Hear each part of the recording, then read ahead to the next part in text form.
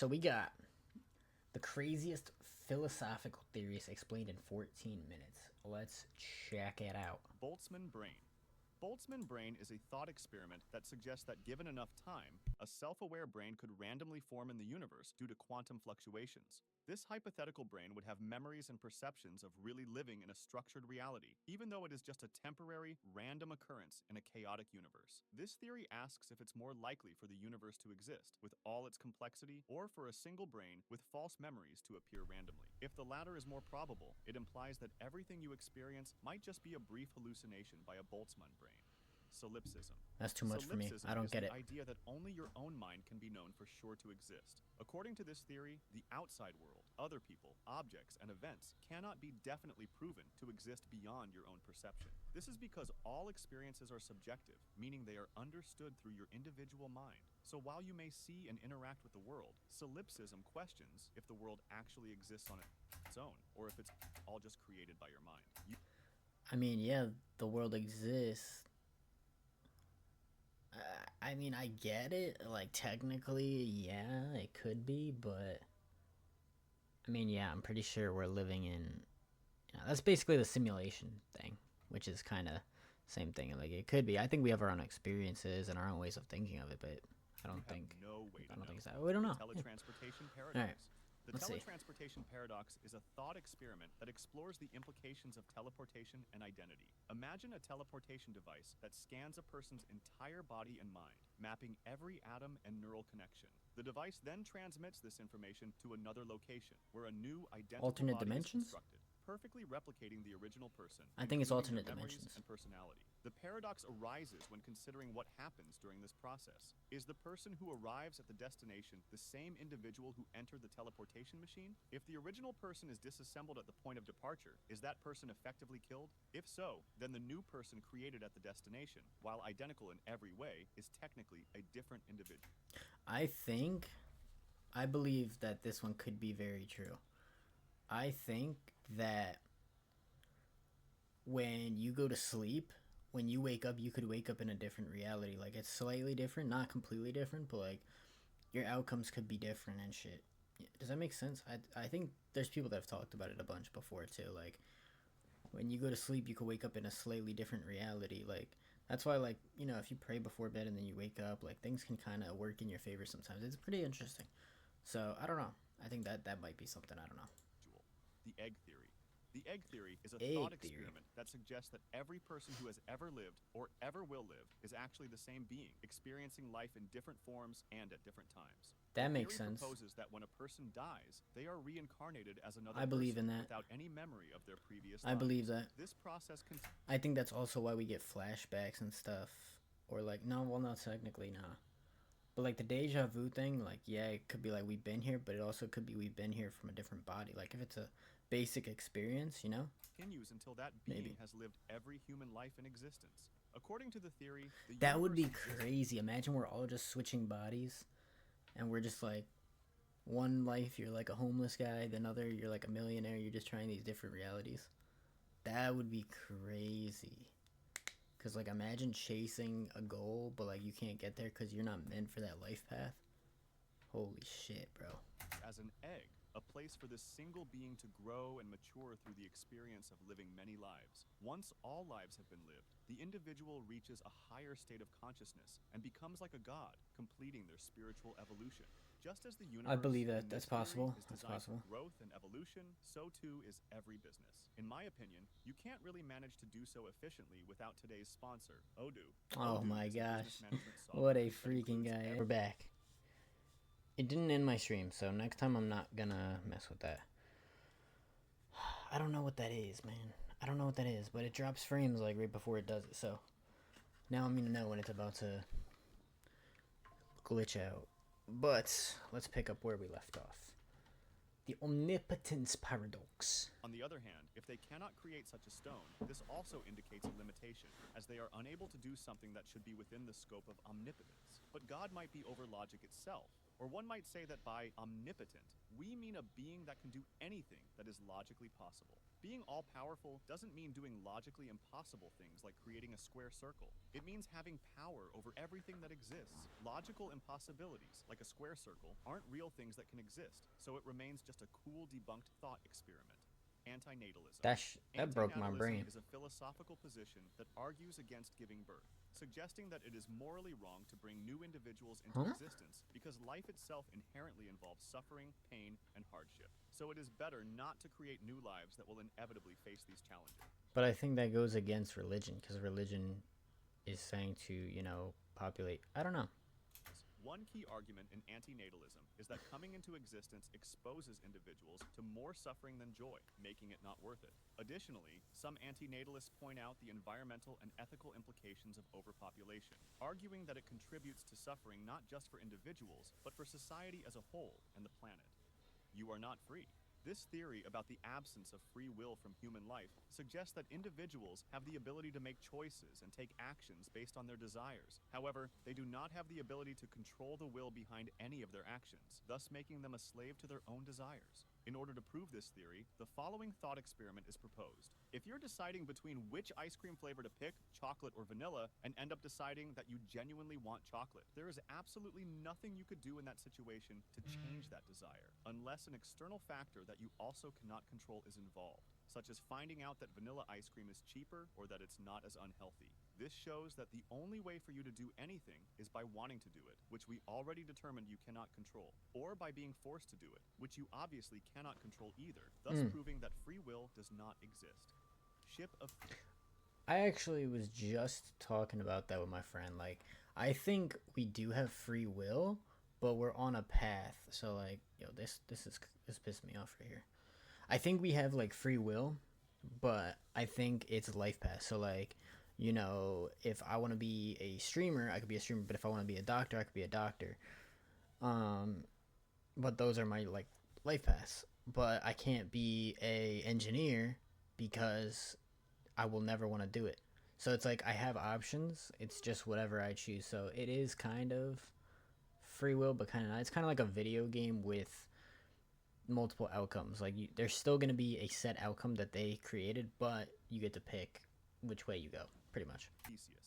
The Ship of Theseus is a philosophical thought experiment that questions the nature of identity and change. It begins with a ship owned by the hero Theseus, and over time, as the ship sails, its wooden parts decay and are replaced with new ones. Eventually, every original part is replaced, which leads to the central question: is the fully restored ship still the Ship of Theseus? To complicate matters, suppose the original parts are gathered and reassembled into a ship. Now, there are two ships, one composed entirely of new materials, and one made of the original components. This scenario showcases how definitions are artificial and not as stable as we think. Does the ship retain its identity despite having all its parts replaced? Which ship is the true Ship of Theseus? Ethical egoism. Ethical egoism is the philosophical theory that individuals should always act in their own self-interest and have no regard for the consequences of their actions on others. This theory asserts that actions are only morally right if they benefit the individual performing them, emphasizing that values like sympathy and altruism were an idea constructed by weak individuals who could not assert themselves in society. So they had to make up an entire moral system to justify their incompetence. That would be pretty crazy, but then that goes back to the free will thing. Like, if we could just do our thing, we would just do it, right? Oh man, this hurts my brain, bro. Like, this makes you really, like, trying to think on it. Ethical egoism argues that, like all other animals, we have a deep desire to secure our own survival, and we should not deny it or act against it. And I mean, it kind of works. Like, look at animals, bro. They just do their own thing. Like, they even kill their children sometimes if, like, their children aren't, like, up to standards or whatever. So it's like, and they're still here. But I guess that's the difference. Maybe that's the difference with humans, is like we have that extra layer to be able to rationalize. As it would be unnatural and damaging to do so. Furthermore, ethical egoists argue that by pursuing their own goals, individuals may also contribute positively to society, as their actions can lead to overall better outcomes for other people as well. Roko's basilisk.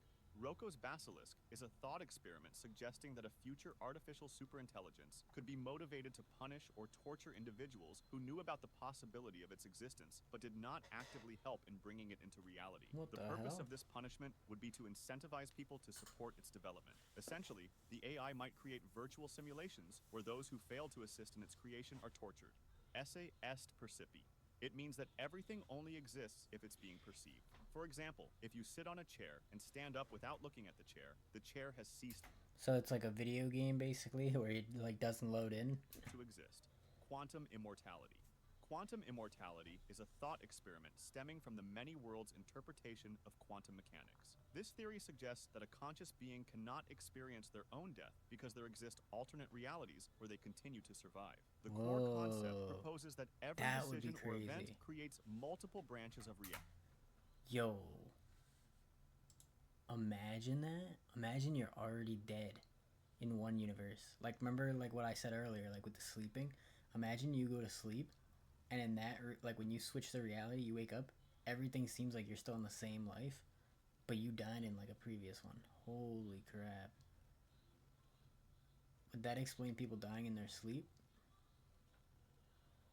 I don't know. That's crazy. I never thought about that.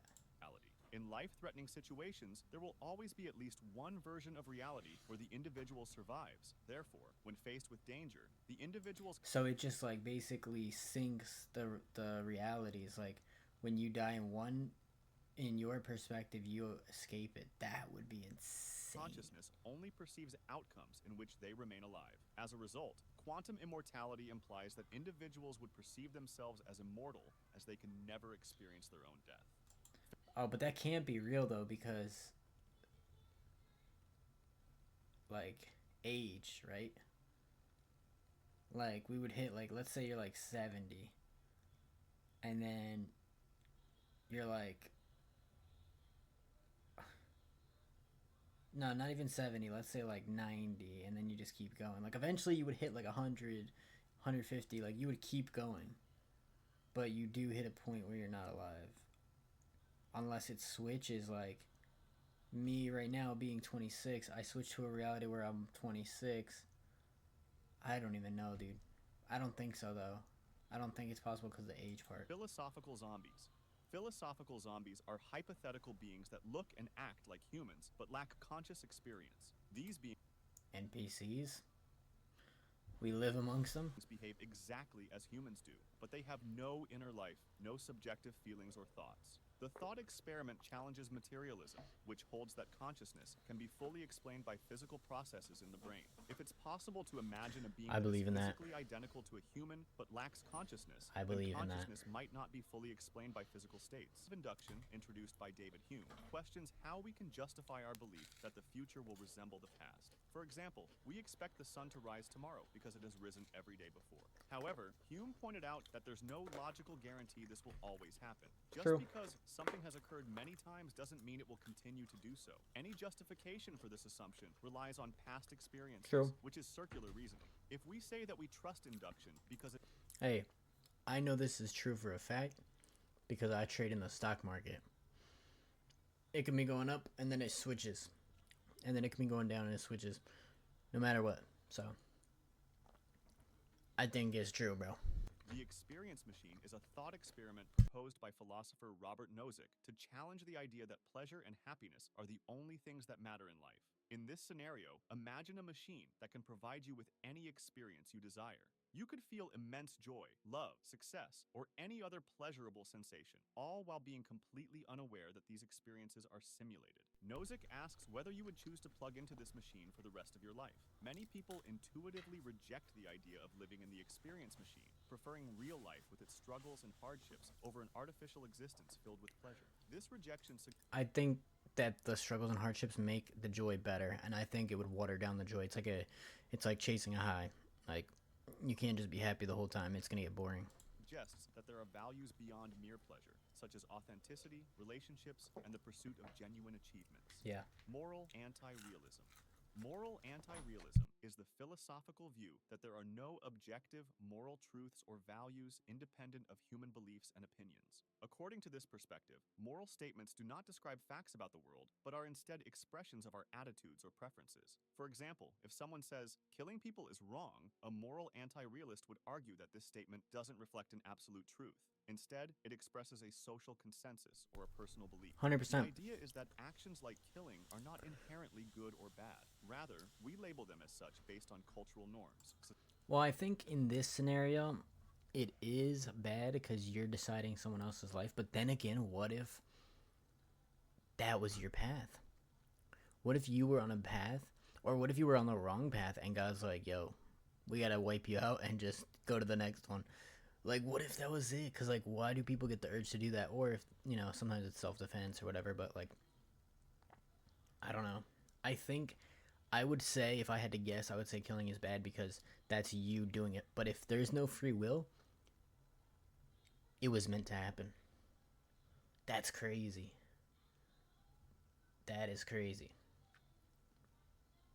Because everyone says it's like you decided to do that, but like me right now, I would never, like, even in self-defense, I would be afraid to shoot someone. Like, I always say, like, if I was gonna shoot someone in self-defense, I would shoot them in, like, the leg or the foot. Because then they can at least try to survive. Even if they're a bad person, it's like, I don't want to take somebody's life like that, bro.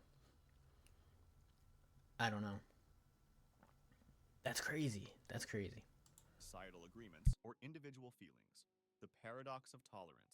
The paradox of tolerance, created by philosopher Karl Popper, examines the limits of a tolerant society. Popper argues that a truly tolerant society should not tolerate intolerance, because if a society extends tolerance to those who are intolerant, it risks allowing intolerant groups to gain power and suppress the very freedoms that enable. Take a shot every time he says tolerant. For example, if a tolerant society allows hateful ideologies to flourish, those ideologies I think everyone has different tolerance levels too, so I don't think it's possible. could undermine the rights and freedoms of others, which creates a dilemma. If a society tolerates all viewpoints, including those that advocate for intolerance or violence, it may ultimately lead to the destruction of tolerance itself. Popper suggests that in order to maintain a tolerant society, it is necessary to take a stand against intolerant beliefs and actions, even if this means limiting the freedom of those who follow them. The knowledge argument. The knowledge argument, often illustrated by the thought experiment known as Mary's Room, was proposed by philosopher Frank Jackson, who created a scenario in which a girl named Mary is a brilliant neuroscientist who knows everything there is to know about the physical aspects of color, but she lives in a black and white room and has never experienced color herself. One day, Mary leaves her room and sees a red apple for the first time. The knowledge argument poses the question, does Mary learn something new about color when she sees the apple? Jackson argues that she does, because although Mary had all the scientific knowledge about how color perception works, her experience of seeing color for the first time provides her with new information that she could not have known while confined to the black and white room. This thought experiment suggests that there are non-physical aspects of knowledge, specifically the subjective experiences of perception. The infinite monkey theorem. Oh, wait.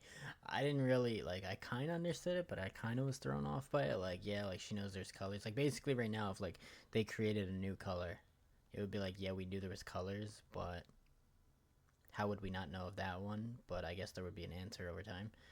I don't know. Damn, bro, that one, like, I'm stuck on that one. This sounds like it's about to be funny, though. The infinite monkey theorem is a thought experiment that suggests that given an infinite amount of time, a monkey randomly pressing keys on a typewriter or keyboard would eventually type out any given text, such as the complete works of William Shakespeare, helping to understand how long infinity really is. If you want to discuss the video or suggest an Wait, wait, is that a thing? How long infinity really is? time, a monkey randomly pressing keys on a typewriter or keyboard would eventually type out any given text, such as the complete works of William Shakespeare, helping to understand how long infinity really is. If you want to discuss... Wait. Shakespeare. Dude, and like, how are all, like, see, this is why, oh my gosh. This is why I like these videos, because it makes, that was my phone. Hold on. I like this because it makes you really think. And I like thinking of, like, ideas and thoughts. So, like, I know that sounds dumb. Let me explain. So, like, Shakespeare, right? if he was writing stuff about how long infinity is, and he lived during freaking what, like BC, or not BC? I'm stupid, but like 1564. He lived in 1564, but he was writing about how long infinity is. I guess because like they really had a lot of time on their hands because they didn't have social media and all these like things that take our mind away from stuff. So I think that's why they were smarter. But like, man, a lot of the world's like geniuses or biggest like conquerors were like in the beginning of time, and now there's like none of it. The infinite, they said a monkey hitting keys independently at a random. I mean, only the only way that would happen is if it went for infinity, right? For an infinite amount of time.